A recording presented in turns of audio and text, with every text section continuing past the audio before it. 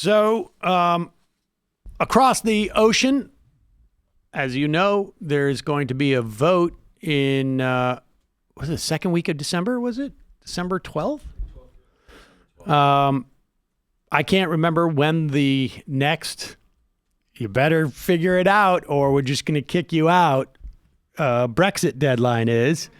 There's been, honestly, I feel like there's been like 10, right? Or has it been like closer to like 6?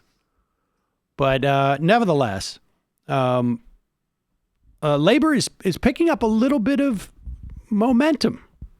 I don't follow these things too closely, but my understanding is that is the case.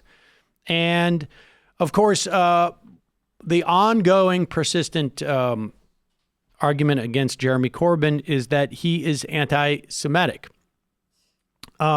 Here is John Bercow. He is the former speaker, and he's the guy who, in the House of is it the House of Commons? House of Commons, yeah. He is the one who functions as like I don't know, like sort of the parliamentarian. Oh, I love that guy. The one who goes, order. Yeah. Yes. It's like the cafeteria supervisor. Right. We don't have that.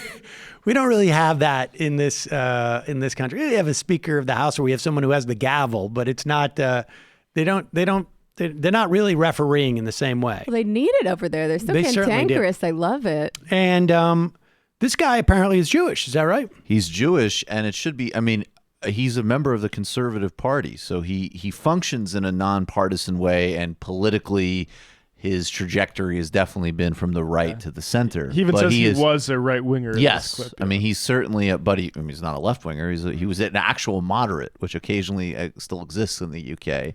And he is Jewish. That's right. And you need to be a moderate, I think, probably to do that job well. And that's probably why they picked him. You need to have that capacity, yes. Here he is being interviewed by Alistair Campbell. Who is Tony Blair's former top spin doctor. For British GQ, actually.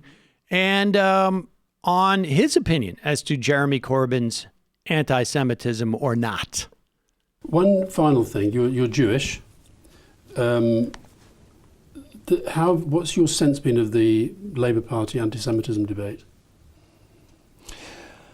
I think that racism is a challenge across society, and after decades in which huge advances were made, I think there is a real danger of regression now. Now, I know you didn't ask more widely about racism, but that's my answer on racism. You asked about anti-Semitism.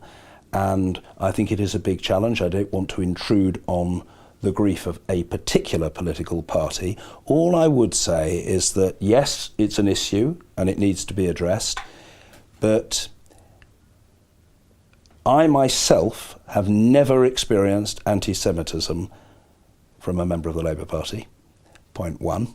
And point two, though there is a big issue and it has to be addressed, I do not myself believe Jeremy Corbyn is anti-Semitic. That is my honest view. You haven't asked me explicitly, but you've nevertheless drawn me, and I want to make that point. I'm not saying that he doesn't have a challenge in his party.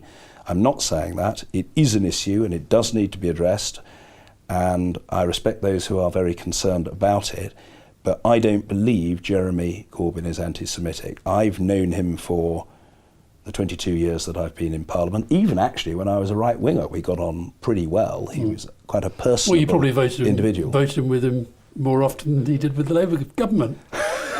Well, he was certainly a persistent and prolific rebel. He's been very supportive of me. He's been very supportive of me, and I've never detected so much as a whiff of anti-Semitism. Have you ever experienced anti-Semitism outside Parliament? You said you hadn't experienced it from anybody in the Labour Party. What about outside Parliament? Yes. Yes, I have. Like? Well, I remember somebody once saying to me, and I'm not going to say who, somebody once saying to me, you know, if I had my way, people like you, Bercow, wouldn't be in this place. And I said to this individual, when you say people like me, do you mean people like me in the sense that I'm lower class or Jewish? To which he replied, both. Now, we know that person wasn't in the Labour Party.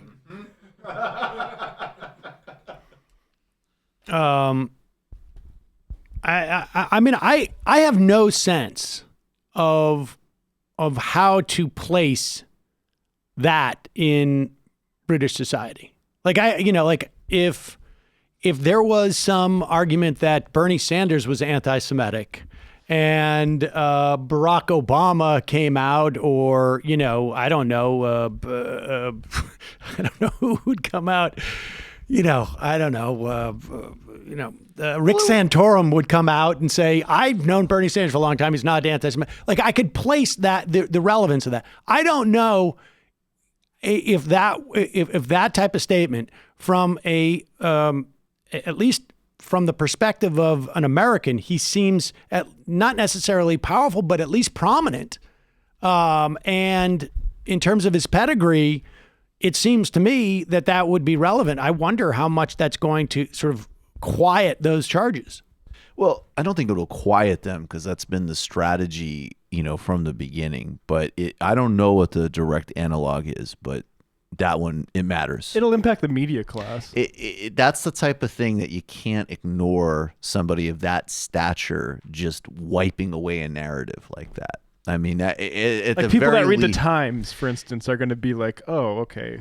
Yeah, and it's also just a ready-made clip. Like, don't take us crazy labor supporters' words for it. Take the Tory former parliamentary I mean, that's why we played speaker. it. I mean, exactly. we're not playing a lot of Precisely. clips every day about the British elections, but that one seems to be pretty spot on. I mean, I don't know what else you need to do. There is no place where you can send away for a card that says I'm not anti-Semitic. But anti-Semitism is a much bigger problem in the UK. We should add, like 9 times out of 10, when you hear it thrown around in American politics, it's this baseless distraction. But like, it is more of a problem over there. Yes, that story that he tells does not shock me. Well, right, and that's the other part of the dynamic. I mean, if I could, can I take 30 seconds on it? Yeah. There is an element in the Labor Party where, one, there is it's still over exaggerated. A lot of it is still confused with criticizing Israel, but there is occasionally sentiments on the left there that you will hear that are like, oh, that does actually sound like anti-Semitism, unlike here, which is what Jamie was saying. Then there's also some, again, not all, but in terms of reality, some, and this goes back under Blair, there's some predominantly local Muslim constituencies where it's oh, that's another aspect of it. People involved in the Labor Party saying things that sound anti-Semitic. But again, anti-Israel versus anti-Semitic, even there is a really big distinction. And this is all on top of the fact that clearly the person he's talking about there, at least in my interpretation, is some type of Tory party grandee.